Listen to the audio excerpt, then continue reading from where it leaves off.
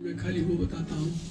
उन परमात्मा ने जब ये किया तो राजा परीक्षित ने महाराज सुखदेव जी से पूछा, भगवान तुमने सब कुछ तो बताया, ये तो बताओ ऐसे भी बच्चे होते हैं, ऐसे भी छोटे लड़के होते हैं, ऐसे भी कोई गुणवान होते हैं जो भगवान का नाम लेने से ही तर जाते हैं। तब सुखदेव जी ने बताया ऐसा हुआ महाराज, मनु की पत्नी थी, उनसे शत्रुपा से 3 लड़के 3 लड़कियां और 2 लड़के हुए। लड़कियों की कथा तक बता दी आपको। रुचि नाम के प्रजापति के पास में याकुती थी, करदम मुनि को देवहूति थी, और सबसे छोटे रानी दक्ष प्रजापति को थी जिसका नाम याकुती प्रसूति था। उसी की पुत्री हुई सती, और सती भगवान के अनन्य भक्त थी। शिवजी जो थे स्वयं राम के भक्त थे, और अंत में उनको ये भगवान की गति प्राप्त हुई। बताते अब लड़कों की बारी आई। तीनों लड़कों की कथा मैंने कल तक सुना दी। वो थे उत्तानपाद, और दूसरे राजा प्रियव्रत हुए। महात्मा प्रियव्रत ने राज्य नहीं किया, वो जंगल में चले गए। और इधर महाराज उत्तानपाद ने विवाह तो किया पर उनका बच्चा नहीं हुआ। तब वो दूसरी लड़की के साथ विवाह करते हैं। जो बड़ी रानी थी उसका नाम था सुनीता, और दूसरी जो लड़की बाद में शादी की उसका नाम था सुरुचि। सुरुचि ने एक बच्चे को जन्म दिया, और सुनीता ने भी एक बच्चे को जन्म दिया। उस बच्चे का नाम हुआ ध्रुव। एक बार ऐसे जैसे हम सब बैठे हैं ऐसे बैठी हुई थी महल पे,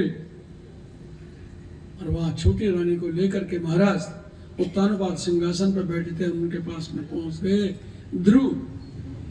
छोटी रानी ने उसको बैठने नहीं दिया, कहा देखो अब ये राज्य हमारा है, तुम दूर चले जाओ, तुम गद्दी में नहीं बैठ सकते, गद्दी का अधिकार मेरा बेटा होगा, उसका नाम उत्तम है।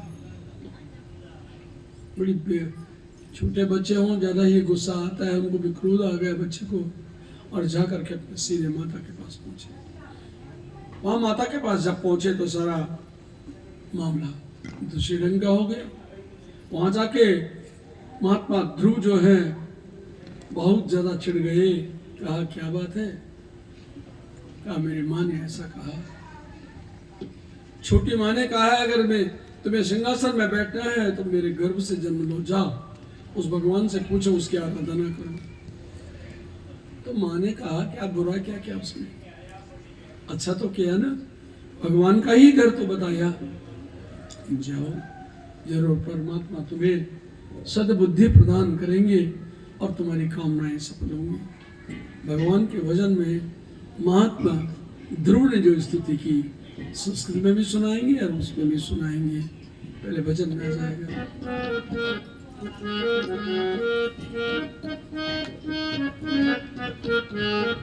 जय हो।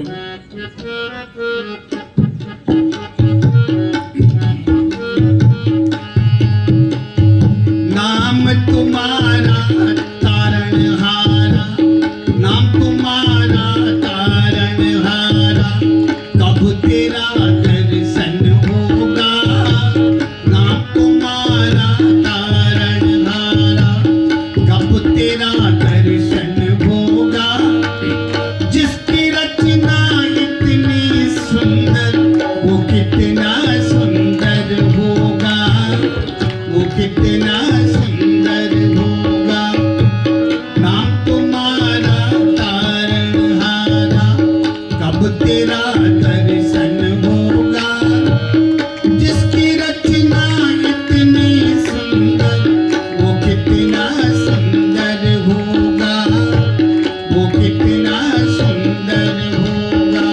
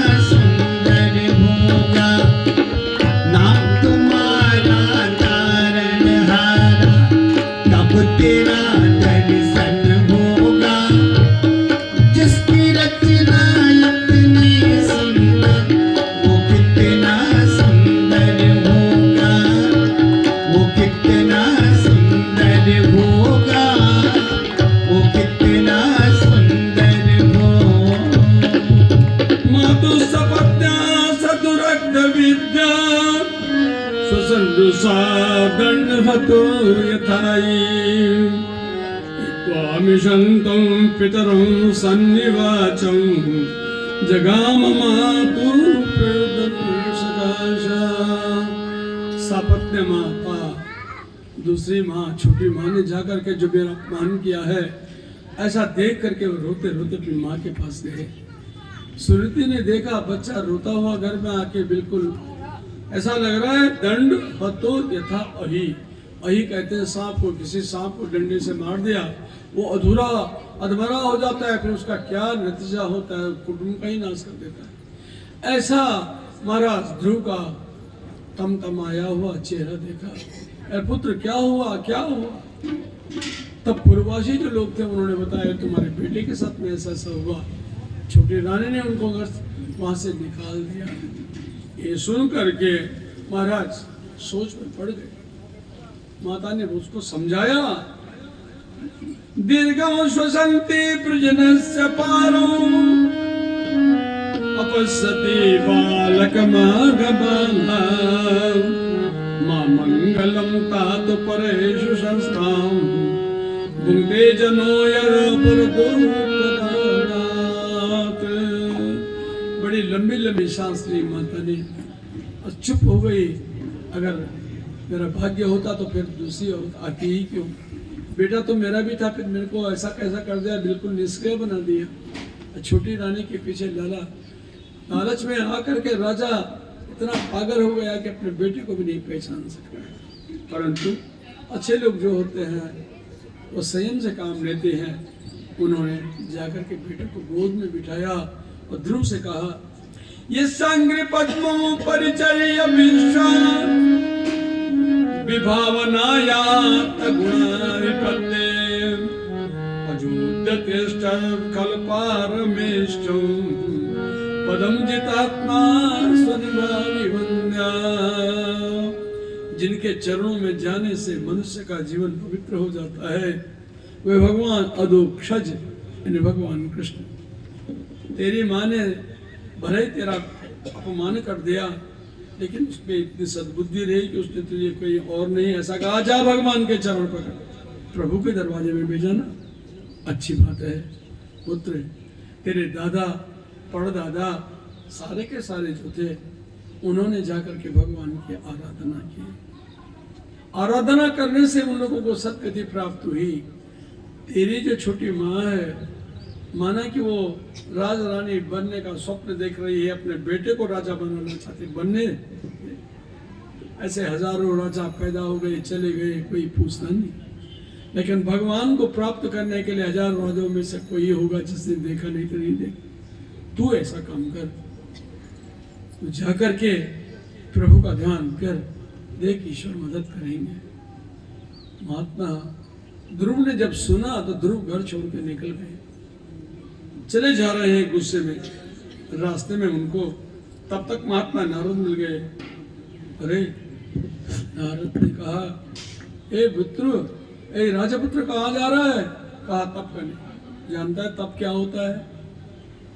भूखा रहना पड़ता है, प्यासा रहना पड़ता है, कुछ नहीं मिलता, वो बढ़िया तकिया और बिस्तर नहीं मिलते, घास फूस जंगल में, वस्त्र नहीं, कुछ नहीं। जागर जा, तेरी खेलने की उम्र है, 5 वर्ष की कोई उम्र हो गया तब करना। कहा महाराज सुनो, रास्ता दिखा दो तो बहुत अच्छी बात, नहीं तो जोगी बात नहीं कर मेरे से, निकल एक तरफ। मैं तो निकल पड़ा तो निकल पड़ा। नारद जी ने देखा ये क्षत्रिय पुत्र है, कोई बात नहीं, कोई तो है दुनिया में ऐसा जो भगवान पे श्रद्धा रख करके घर छोड़ के निकल गया। अब इसका कल्याण कर देना चाहिए।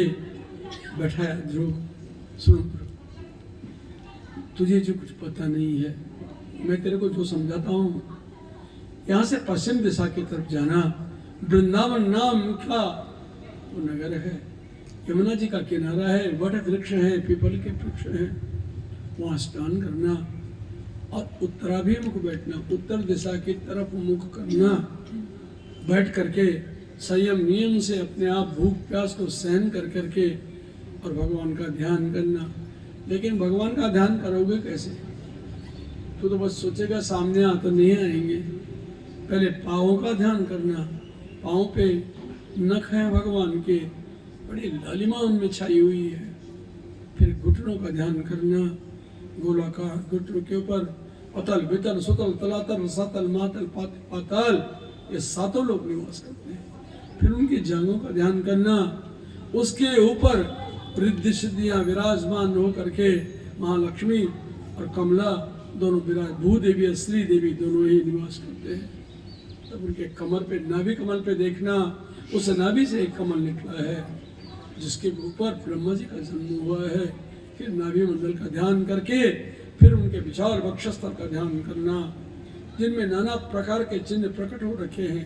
तरुणम, एकदम जवान भगवान है। फिर उनका मोह मंडल का ध्यान करना, उनके कानों पे मकराकृति कुंडल पहने हुए हैं, कुंडल में जैसे मगर बच्चे हों ऐसे बने हुए हैं। लंबे उनके बाल हैं, सुनयन उनके हैं, गुलाब की तरह उनका मुंह है। वो ध्यान करना। और फिर एक गुह्य मंत्र है, छोटा सा मंत्र है, ओम नमो भगवते वासुदेवाय।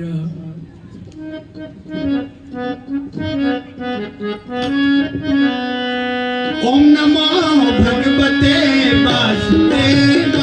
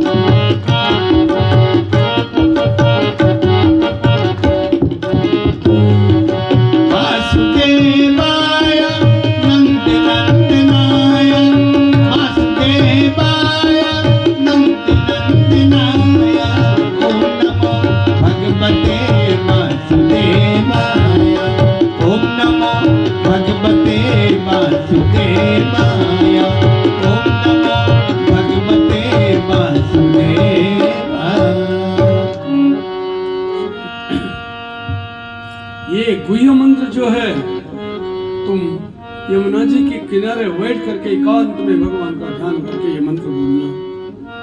मन की वृत्तियों को संयम करना, ये मत बोलना मेरी माँ ने क्या बोला, वो गुस्सा वहां मत निकलना भगवान पे।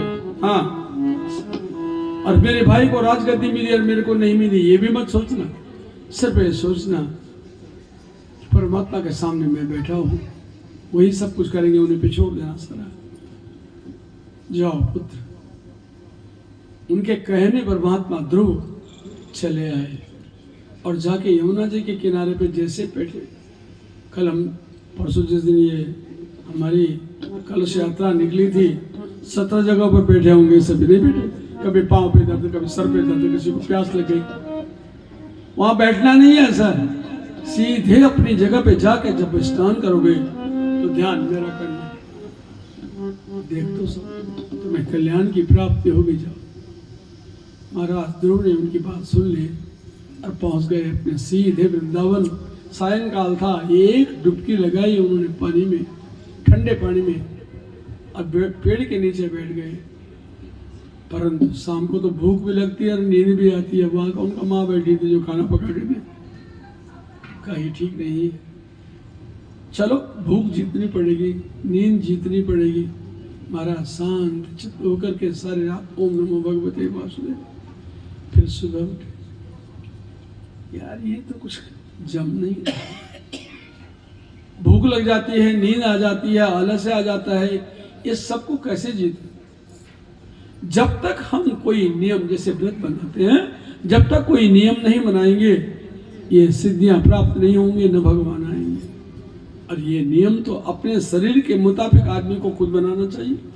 तो नियम ये था, इतनी कठोर तपस्या क्या किया? तिरात्रांते कपित बदरासने।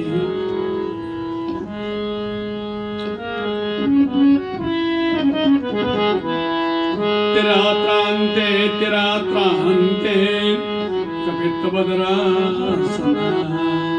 आत्मविद्यानुसारेण मासौ निश्चयं हरिम्। पहले महीने का संकल्प हुआ कि आज खाया, आज के बाद तीसरे दिन खाऊंगा, हर तीसरे दिन ही भोजन होगा, बाकी नहीं। क्या खाया? वहां कहाँ खाना था? कपित बदरासने, बेर के दाने जो अपने आप पेड़ से गिर के झड़ गए हों, ऐसे सूखे तो 3 दाने लिए, आज खा लिया, 3 दिन के बाद फिर वही बेर के दाने। इस प्रकार उन्होंने पहला माह उनका गुजर गया। अब दूसरा महीना आया, ये तो बड़ा गड़बड़ हो रहा है। अब 3 दिन बाद नहीं बल्कि 6 दिन के बाद लूंगा। 6ठे दिन में उन्होंने ये सोचा, तृतीयं च तथा मांशम षष्ठे भगोदनी। अब 6 दिन में भोजन करना शुरू किया। भोजन क्या था? तृणपर्णादि विशीर्णे कृतान्योभ्यर्चयन्। अब यह करेंगे 6 दिन के बाद एक बार जो पेड़ से एक पत्ता, सूखा हुआ पत्ता गिर जाता, एक पत्ता लिया, पानी ले लिया, बस 6 दिन के बाद दूसरा महीना भी गया। अब तृतीयम चान अनन्मासो नवमे घनी। 9 दिन के बाद भोजन होगा। क्या? उपभक्ष उत्तमश्लोकम उपाधावत् समाधिना। अब मैंने पानी, 1 अंजलि पानी लेके पी लिया, अब 9 दिन के बाद पिएंगे, कुछ नहीं। अब जब 3 महीने गुजर गए, 4थे महीने में चतुर्थमोपे मांशं द्वादशे घनी मय भक्षोजित श्वासो जयं देवमहादयं। 12 दिन के बाद एक बार भोजन करेंगे। क्या भोजन है? दोनों हाथ ऐसे करके और वायु को पीने लगे, ऊपर खींच लेंगे सांसों को। हो गया 12 दिन के बाद। 4 महीने गुजर गए, पानी छूट गया, पत्ता छूट गया, बेर छूट गई, और चीज तो छोड़ो, हवा पीना शुरू किया। अब जब 4 महीने हो गए तो पंचमे मासनु प्राप्ते, 5वां महीना आया। महाराज ने अपना बायां पांव उठाया, दाहिने पांव के ऊपर एक ही पांव से ऐसे खड़े हो गए जैसे चीड़ का वृक्ष खड़ा होता है। शांत चित्त खड़े हो गए उनके समाधि में। अब न दीन का न दुनिया का होश है, न अपना न शरीर का होश है। प्राण जो है, प्राण वायु खींच करके सर के ऊपर चले गए और वे प्रभु का उसी तरह दान करने लगे। कैसे कोमल उनके पांव हैं, ऐसे नख हैं, आसान भाव सुसरा, बड़े बड़े हाथ हैं, कोमल उनकी आंखें हैं, मकराकृति कुंडल है, लंबे बाल है, गोल उनका चेहरा है और दंत पक्ति बिल्कुल अनार की तरह है। ध्यान करते करते जैसे जैसे उनका ध्यान लगा, वैसे वैसे आई मछली के लोगों में देवताओं की सांसें रुक गई। ये कौन है? भगवान विष्णु के पास गए, महाराज जी क्या हो रहा है? लगता है कोई राक्षस दैत्य दानव कोई ऐसा तपस्या कर रहा है जो हमारे लिए मिटने का समय आ गया, ऐसा लगता है, कुछ करो। प्रभु ने कहा, अरे मूर्खों, तुम पे जरा सी आफत आती है, तुम मेरे पास चले आते हो। कौन है वहां? कहाँ दैत्य दानव? कौन देखा तुमने? बस हमारे प्राण रह जाए। क्या करते हो? कभी भोगी हो? तुमने कभी तपस्या ही नहीं की। अरे ये तो एक माँ का ठुकराया हुआ बच्चा है, सौतिया माँ ने उसको डहा में बाहर निकाल दिया, वो जाके मेरी तपस्या कर रहा है। मैं जा रहा हूं मधुबन में और मैं उसको दर्शन दूंगा। ऐसा छोड़ करके अब परमात्मा अपना वैकुंठ धाम छोड़ करके सीधे यमुना जी के किनारे आ गए। वृंदावन सामने खड़े हो गए। ध्रुव तप में था ना, ध्रुव ने उन्हें देखा, बस वो आंखों के अंदर जो मूर्ति थी उसी को देख रहा है और ध्यान में मस्त है। कहा, इसने आंखें नहीं खोलनी जब तक मैं इसके अंदर से अपनी मूर्ति नहीं हटाऊं। प्रभु ने माया चलाई और ध्रुव जो उस मूर्ति को देख रहे थे उनकी आंखों से हट गया। झट से ध्रुव ने आंखें खोल दी। ऐसा क्यों हुआ? तो क्या बोलते हैं, जो अंदर था वही उन्होंने भार देखा। कृतल इधर भगवान ने देखा, है बच्चा ही तो, बूढ़ों को ज्ञान नहीं तो बच्चों को क्या ज्ञान होगा। ये मेरे को देख तो रहा है लेकिन समझ नहीं रहा है। क्या किया? सतम सतम विवक्षन्तमतद्वितं घरे ज्ञातस्य सर्वस्य च विद्यवस्थिता कृतांजलिं ब्रह्ममयेन कम्बुना पस्पर्श बालम कृपया कपूले। शंख चक्र गदा पद्म में भगवान प्रकट हुए थे। जिस हाथ में शंख रखा था वो शंख वाला हाथ उसके कपूल में गले में लगा लिया। जैसे ही शंख का स्पर्श हुआ भगवान का, ध्रुव के अंदर 10 महाविद्याएं एक साथ आ गई। अणिमा, लघिमा, कृतिमा, स्मा, पासमा सारी की सारी आ गई और ऐसा लगा ध्रुव जैसे कान महान विद्वान में आ गया। भगवान को देखता है तब उसके बराबर देखा प्रभु।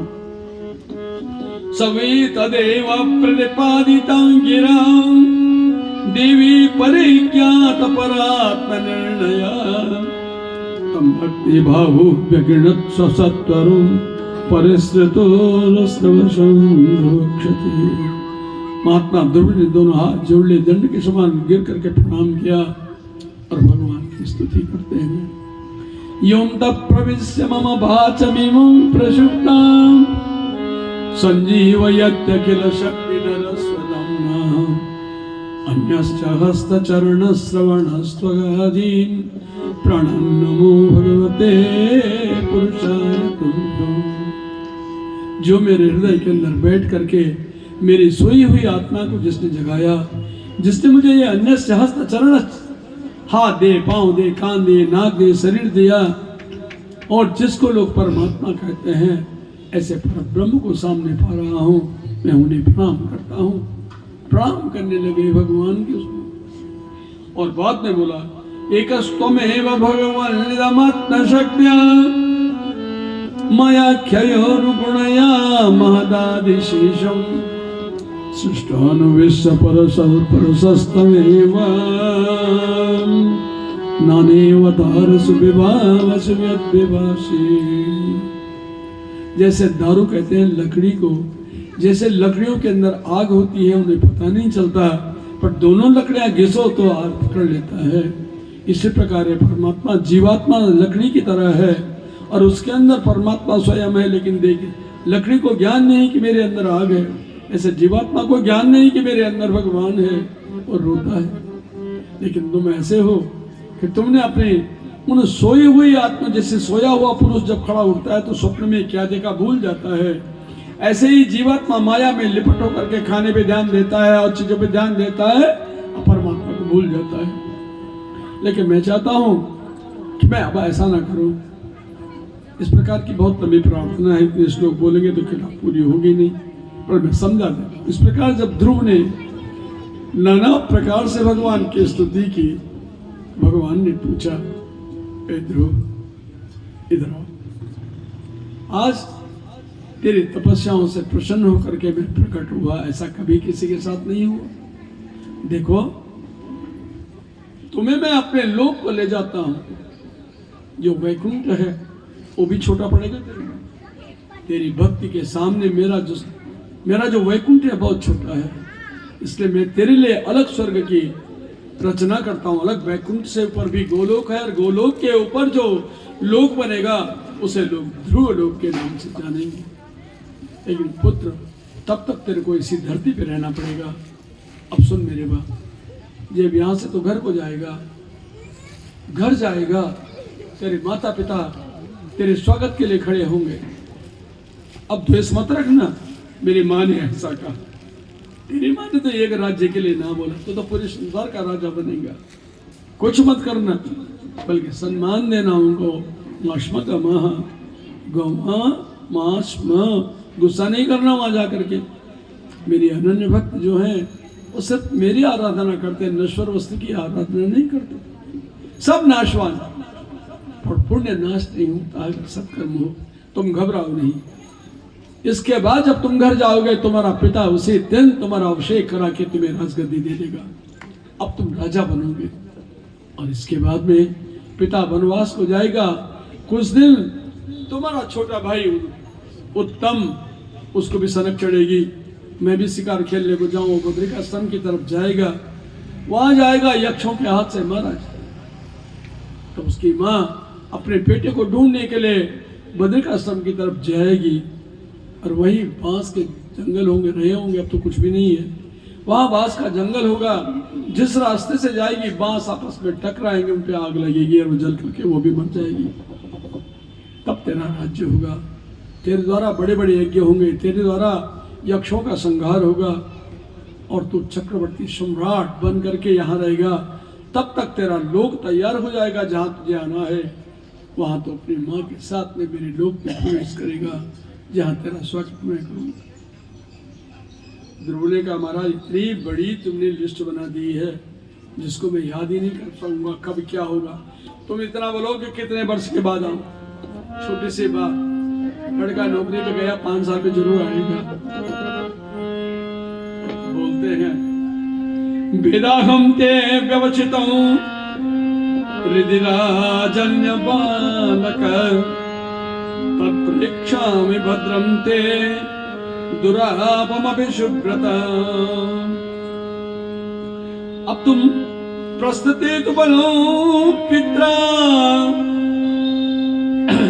दत्त्वागां धर्म संशया 37 लक्षताभ्यहतेन्द्रिया 36,000 वर्ष तक तुम पृथ्वी पे राज्य करोगे, 36,000 वर्ष तक। और 36,000 वर्ष के बाद मृत्यु तुम्हारे सामने खड़ी होगी, तुम मृत्यु को जीत जाओगे और मेरे लोग वैकुंठ में आ जाओगे। ऐसा बोल करके भगवान फिर पीछे नहीं मुड़े, क्षण भर में अंतर्धान हो गए। ध्रुव ने कहा, ये क्या किया मैंने? इस परमात्मा को प्राप्त करने के लिए लोग सारी जिंदगी रखते हैं, दिखाई नहीं देता। मैंने 6 महीने में भगवान को प्राप्त कर लिया, और जब वैकुंठ जाने का समय आया तो मेरी लालसा देखो। ऐसा दुर्बुद्धि आई मेरे को कि मेरे को याद आया तो मैं राजा बनूंगा, ये भूल गया कि अरे राजा कहाँ बनूंगा, उत्तर मुक्ति मिल रही है, परमात्मा ले जा रही है। मैंने मुक्ति नहीं मांगी इन वासनाओं के लिए। देखो ये कितनी सरल बात है, जब हम किसी के प्रसाद कोई हमारे साथ में कर ले जैसा व्यवहार करना, लेकिन जब हम उसके साथ में ऐसा व्यवहार करते हैं तो पुण्य नष्ट हो जाता है, तब किया हुआ कर्म बेकार हो जाता है। ध्रुव बोल रहे हैं कि मैंने ऐसा ही किया, भाई के प्रति द्वेष, माँ के प्रति द्वेष रख करके भगवान के सामने प्राप्त हुई वस्तु मैंने खो दी। रोते रोते घर गए, घर तो चले गए महाराज, पर मन के अंदर वही रह गया, कुछ नहीं किया। कोई बात नहीं, घर गए, रात को ही तमाम समुद्रों का जल जो है महाराज ने मंगवा लिया। सम्राट ने उत्तरवाद अभिषेक कराया। अब जैसे ही सुबह प्रभात में 4 बजे का समय होता है, 3 और 4 का, ध्रुव को राजगद्दी पे बैठा दिया गया। उन्हें महाराज क्या संपन्न करके उन्हें राजा की पदवी दी गई। और जैसे रात खुली, महाराज उत्तानपाद जंगल में तप करने के लिए चली गई। राजा गए, इधर ध्रुव का राज्य हुआ। माँ को बड़ा बुरा लगा। कौन से? शपथ ने माता सूर्य को, छोटी माँ को, कि मेरा लड़का राज्य नहीं बना। लेकिन डरने लगी ध्रुव से, कहीं ध्रुव कुछ और न कर दे, मरवा न डाले कुछ। तो पागलों की तरफ विक्षिप्त हो गई। उधर जंगल में क्या होता है, उत्तानपाद के दूसरे पुत्र महात्मा उत्तम जो है अपने पिता की ही पद कमल पे चल करके जंगल में गए। वहां उन्हें जंगल में देख करके, यक्षों को देख करके क्रोध हमेशा गुस्सा रहता था।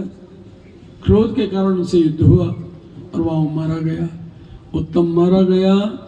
राजा तप के लिए चले गए और माँ विक्षिप्त होकर बेटे को ढूंढने के लिए जंगल में गई। बीच में ही आग लग गई जंगल पे, वो वहीं जल के खत्म हो गई। अब महात्मा ध्रुव का राज्य हुआ। ध्रुव की 2 पत्नी आई, एक का नाम था इला और दूसरा का नाम था ब्रह्मी। इला के 2 पुत्र हुए, उनका नाम था उत्कल और वत्स। उन्होंने भी राज्य नहीं किया। इधर क्या होता है, छोटा बेटा जबरदस्ती राजगद्दी पे बिठाया गया, कहा तुम राज्य करो। उस तरफ दूसरी बात हो गई, ध्रुव ने सोचा क्षण भंग और जीवन में पता नहीं क्या होता है, जितना जल्दी हो अश्वमेध वगैरह यज्ञ वगैरह कर लो। उन्होंने अश्वमेध यज्ञ वगैरह सब कुछ कर दिया। जब यज्ञ पूरा हो गया, अब तो ध्रुव बड़े हो गए थे। महाराज ध्रुव का 36,000 वर्ष तक रहना था। उन्होंने यज्ञ आदि कर्म किए। कब 36,000 वर्ष उनके समय में निकल गए पता नहीं चला। एक दिन क्या हुआ, शाम का समय था और वे टहल रहे थे। जब वो टहल रहे थे, अचानक क्या हुआ, उनके दिमाग के अंदर आया, मैंने सब कल्याण कर दिए, सब कुछ कर दिए, पर जिनके प्रति जो कर्तव्य था वो भी मैंने निभा दिया। कब आएगा वो दिन जिस दिन मैं वैकुंठ को जाऊंगा।